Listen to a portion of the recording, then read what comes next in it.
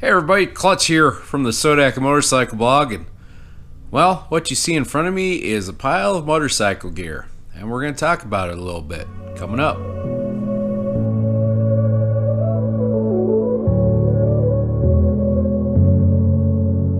Hey everybody, Clutch here from the Sodak motorcycle blog. If you've been here before, welcome back. If it's your first time here, welcome. First of all, I'd appreciate it if you would follow the Sodak motorcycle blog on YouTube, and if you like this video, I appreciate a like, and also I appreciate a share. But anyways, like you saw in the opening, we're talking about motorcycle gear today. Now this is part one of a series I've started. It's called the Rider's Manual of Common Tasks. The inspiration from this drew from in the United States Army. We had what was called the Soldier's Manual of Common Tasks. Essentially, we're going to do kind of this, and it was basically all your common tasks that you had to do as a soldier. Everything from, how to evaluate a casualty, how to react to contact, how to call for fire, a little exercise like that. All those basic things that every soldier should know. Well, I've kind of going to develop this series as in my mind, I think every rider should know.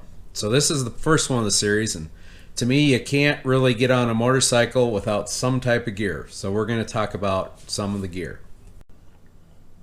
Now, what you are looking at here is what I think you should have if you're riding a motorcycle at least a minimum. This is the minimum amount of gear you should have. And it's pretty simple. You're going to want, obviously, you're going to want some kind of a helmet. You can obviously go bare minimum with DOT rated, with actually that's what this HJC is. It is a DOT rated, although the rating you probably really want to try to look for is something that's ECE rated. Oh, hey Radar.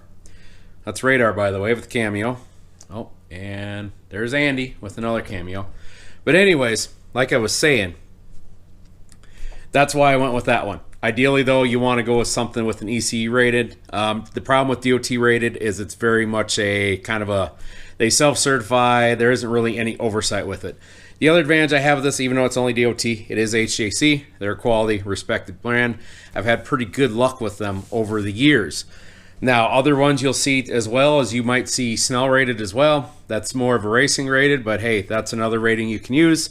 There's a whole lot of fight that goes on over what rating's what. Honestly, here's the plain and simple truth. If you find a helmet that's ECE rated, you're good to go. You're more than good to go. Now, I also recommend you at least have some kind of a full face, or as this one is, a modular helmet. I mean, you could go with the brain bucket. That's fine. You would pass a law in the States with the helmet law in this country. However, here's the big problem that you do not have when you have the brain bucket, is you don't have that full protection.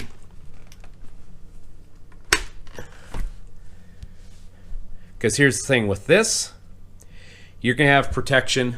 You're going to have protection for obviously your whole face and your chin. And if you think about it, let's say you crash, you go down face first. Well, if you have a open face helmet, that's your face that's going to take that blow. So honestly, if you want to protect the chiclets and protect the face, yeah, I'd definitely go with a full deal.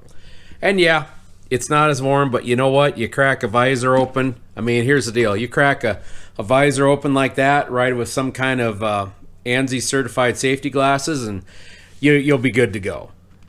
And you'll have plenty of good airflow. And that's another nice thing about a modular helmet is you get some advantages of having an open face. I like them personally because when I go down the road, first of all, they make it easier to put glasses on. Secondly, when you're going down the road, if I'm on an iron butt ride or something, I've got my coffee cup up in the coffee holder. Guess what? I take a sip, put the helmet up, take a sip, put it back down.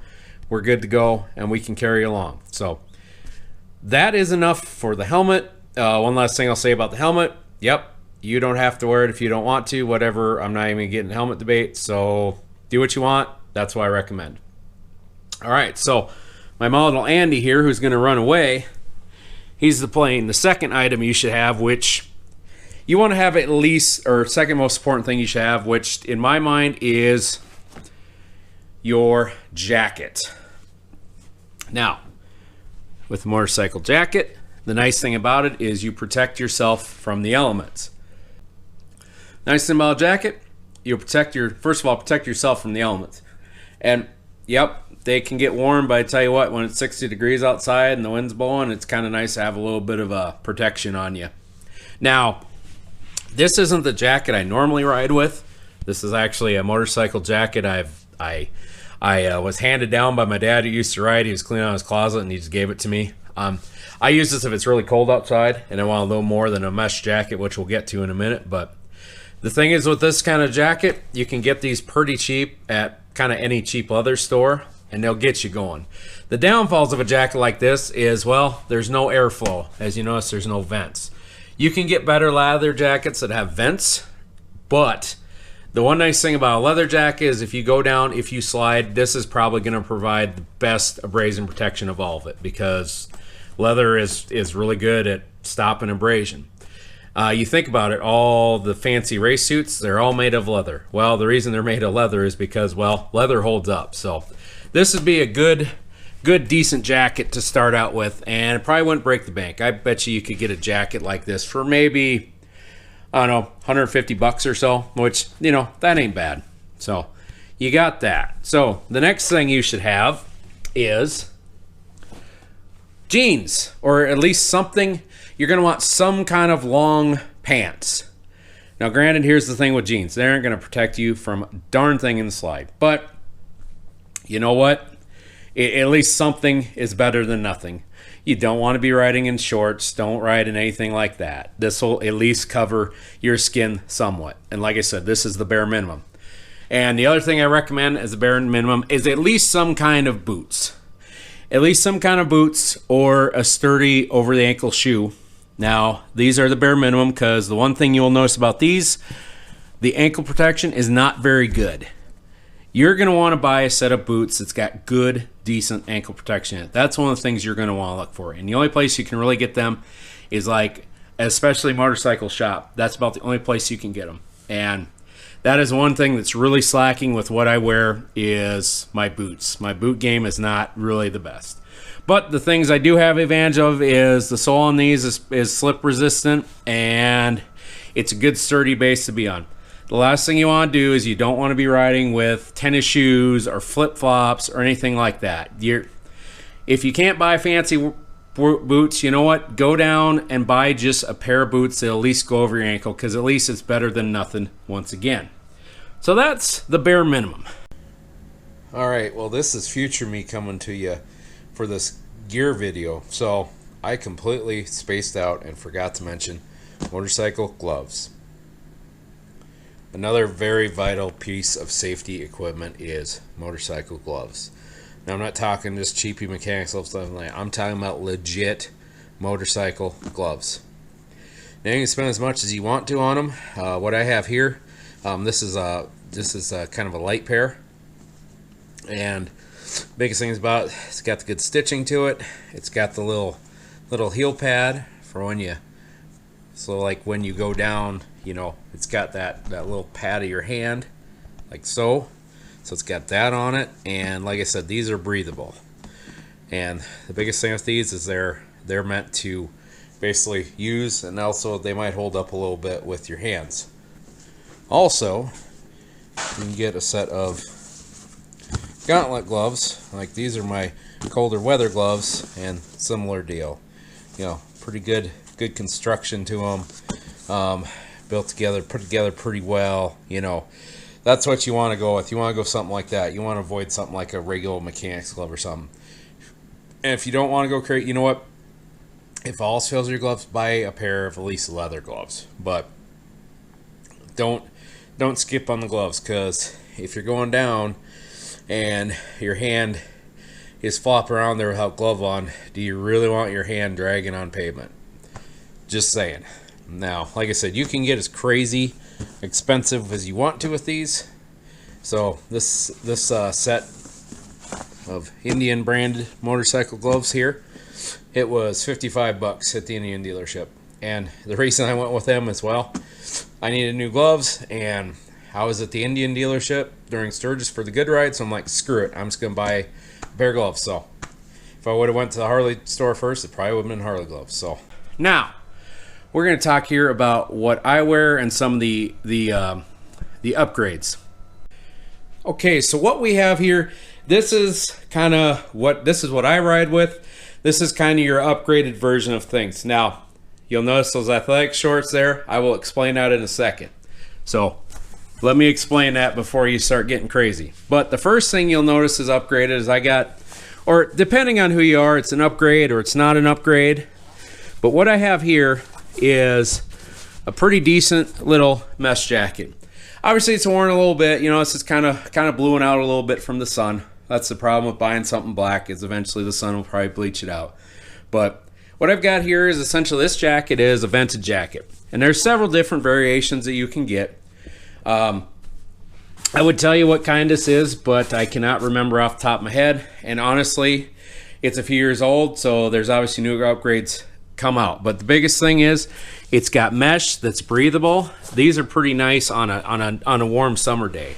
A coat like this, you can go from wanting to take that leather jacket off every time it gets over 70 degrees to, I've rode in this jacket in 105 degrees before. I mean, it's not the most comfortable thing in the world to do, but if you stay hydrated, you know what, that little bit of airflow helps.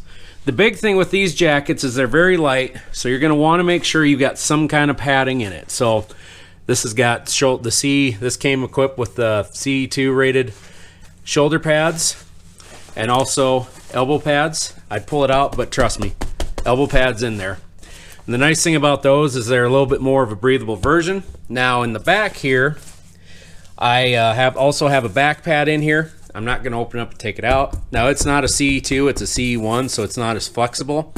It's actually borrowed out of my wife's jacket because she doesn't wear it. So I'm like, well, heck, I'll take it and use it then. But the biggest thing is you want to ride with at least the padding, because that'll protect you in a wreck. A few things this won't do is, like, if you go down, you know, the slide abrasion resistance isn't going to be very much. Eventually it is gonna fall apart on you. Obviously when you go down on one of these and you drag, you won't be able to use that again. You know, that leather jacket, you might have a chance to again, but for the most part, once you go down with these, you're done. But, and like I said, the big advantage of these is it keeps airflow going. One I would recommend is actually, I want to say it's Joe Rocket makes it. It's called the Mesh AF, and I'm not going to tell you what the AF means. Go ahead and use your imagination, but it's very lightweight. It comes fully stocked with all the pads you need, and it's a great jacket for when it's hot outside. So that's why I run with a jacket like this, because it gives me a lot of breathability and it's a lot more versatile. And it also, most of these jackets will come with some kind of a liner. This comes with a combination wet/warm liner. I don't need to use it too much, but you know, it's nice to use it when you have to. That's the advantage of having a bike with a big massive fairing, is the weather doesn't hit you as hard. But you know, you could either use this, or one strategy I will use is, if it's not terribly cold out, just a little wet, I'll actually throw my rain top on top of this, because it does a good job of keeping the wind off. You still got protection from the jacket, and you know, you can keep running down the road. Also I also sometimes wear a hoodie underneath this, and that does a really good job of at least keeps the chill off on them cold mornings in the summer. Because even around here in the summertime, we'll get mornings down into the high 50s, and you know, the daytime high might be almost 100 degrees, but it might get down to 58 at night, which is pretty chilly in the morning. So that's the jacket. Now let's talk about what I got going on here. So first of all, these pants, kind of that same concept. They're a set of mesh pants. The nice thing about these pants is, well, first of all, they're old Olympia pants. I'm pretty sure, I don't think they're even made anymore, because Olympia isn't a company anymore, or at least I know of. But these came with a rain liner, but that liner could be run inside or outside. So a lot of times I'll wear the rain liner outside. So once again, cold morning, rain liner outside. Guess what? You take that thing off when it warms up, and you got some nice airflow with the pants. And this flows air very well. Other things it's got in it is it got some padding in it. It's got just some foam pads there on the hips, and it's also got some CE level 1 knee pads, which, you know, they do the trick. They do the trick. I mean, they're not the best knee pad in the world, but you know, they do the trick, and at least I got some improved protection going down the road. But the best thing about it is when it's hot outside, you wear it just like that. You wear a pair of athletic shorts underneath, wear them on top, you're actually doing pretty good. And if it gets really hot outside, like this year when I did my iron butt run, and especially going through the desert in Nevada and California, I didn't even wear that. I wore a pair of like the Under Armour compression shorts, and I tell you what, that was pretty comfortable. That wasn't too bad at all. So there's a couple options with that. The other nice thing about wearing like shorts like this underneath is, let's say you're riding around, but you find some place you want to hike. You just pack your walking shoes and a pair of socks with you. You get to where you're going to stop. You pull your riding pants off. You're already in shorts. You just got to put your walking shoes and the socks for those shoes on. And guess what? You can go walk around and you don't have to sweat to death. It's pretty handy when you want to do both, you know, ride and walk around and check things out. So it's actually pretty awesome. Now, one more thing you're going to see me run around with is I do have a vest that I wear, or some people call it cuts or colors. I wear it because I'm with the MMC and I got my colors on the back, and we'll talk about more in another video. But this isn't so much for I guess a safety thing, you could say. This is just more of a way to show off kind of who you are to the world, who you are, what you stand for, what you've accomplished, and that stuff. But I'm not going to talk about it very much in this video. I'm going to do that in a whole separate video, so that will be coming. So there you have it, everybody. There's a good introduction to motorcycle gear, how to identify it, and what I use and what I recommend to use. Obviously, you can obviously do better. For me, for example, my boots don't have much for ankle protection in them. My helmet's only DOT, it's not ECE. And obviously my riding gear can improve. There's all kinds of different options there, but you kind of got to find what works good for you. Things I would suggest though is, like, you know, if you're just starting out, like, you probably don't need the full-on Dainese racing suit, especially if all you're doing is you're kind of cruising around the neighborhood or down the highway. You probably don't need a full Dainese suit. But at the same time, like if you're racing stuff like that, obviously you do need it. The biggest thing is, you know, especially when you're starting to think about getting into it, you know what?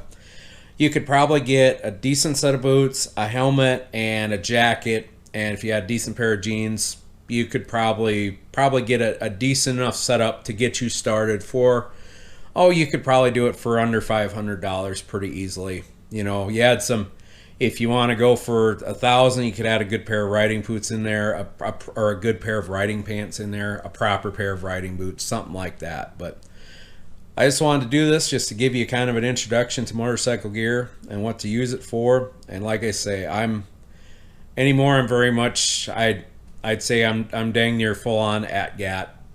To me, it's the best way to go. And if you buy the proper gear, you can get over some of those things, like it's too hot to ride, stuff like that. So, but if you're writing in the comments, feel free to add anything to it. If you got anything in addition you'd like to add that too. If you think I'm a complete idiot, you know what? You can go ahead and write that in there as well. So, you know, it's YouTube. You can write whatever the heck you want in there. And I will say this, so, you know, like I always say, you know, whatever you're writing there, just prepared to be prepared to have that highlighted, whether good or bad. So make sure when you post that you're like, yep, I'm okay with saying that. But anyways, that's an issue for a whole different video.